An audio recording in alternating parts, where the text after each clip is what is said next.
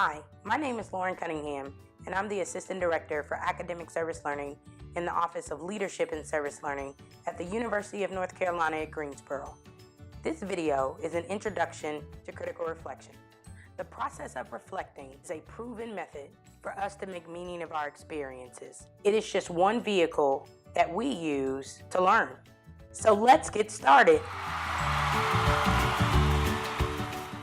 Education theorist and philosopher John Dewey defined reflective thought as active, persistent, and careful consideration of any belief or supposed form of knowledge in the light of the grounds that support it and the further conclusions to which it tends.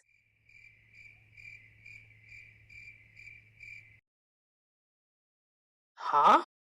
So what does that mean?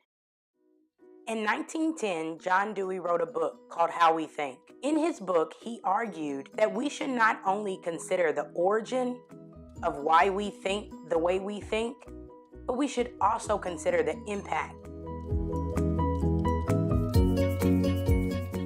After Dewey, more scholars emerged. Like in 1984, David Cole, he introduced his cycle of experiential learning. Soon after, Denise McCarthy, creator of the format model, developed this framework to include all learning styles. She asked reflective questions like if, why, what, and how, in hopes that students would use these reflective practices as a way to deepen their understanding. And then, in 1988, Graham Gibbs introduced his reflective cycle, and there have been many more to follow. But it all started over 100 years ago with John Dewey. That through reflective thought, we learn. We do not learn from experience. We learn from reflecting on experience. So let's review the core dimensions of critical reflection. The purpose of reflection: generates, deepens, and documents learning. We focus on three areas of reflection: academic growth, personal growth, and our civic learning. And then finally, when do we reflect?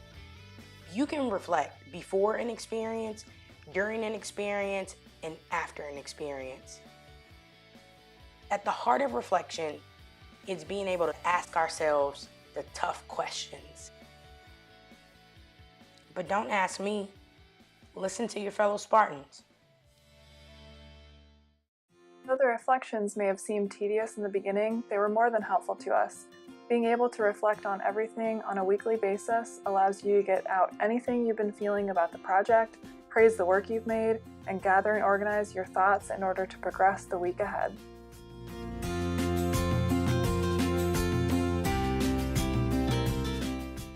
Besides the occasional unofficial discussion, we did not give a considerable time to reflection as the project started to materialize.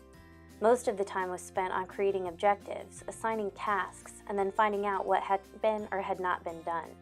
This was one of the problems with our group, and had we given some more time to do this, some of the previously mentioned errors may have been dealt with as they began.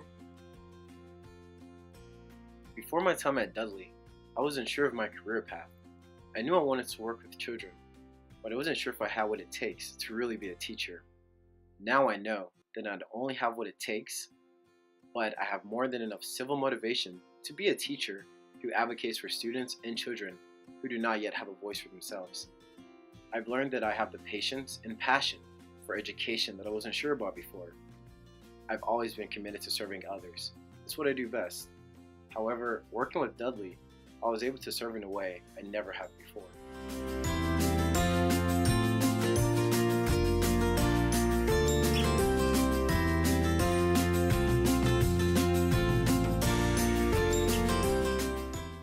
So friends, the moral of the story is to reflect, reflect, and reflect.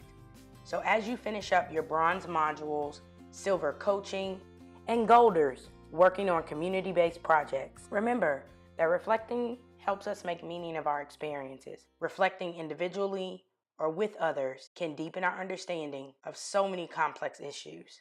Happy reflecting, folks.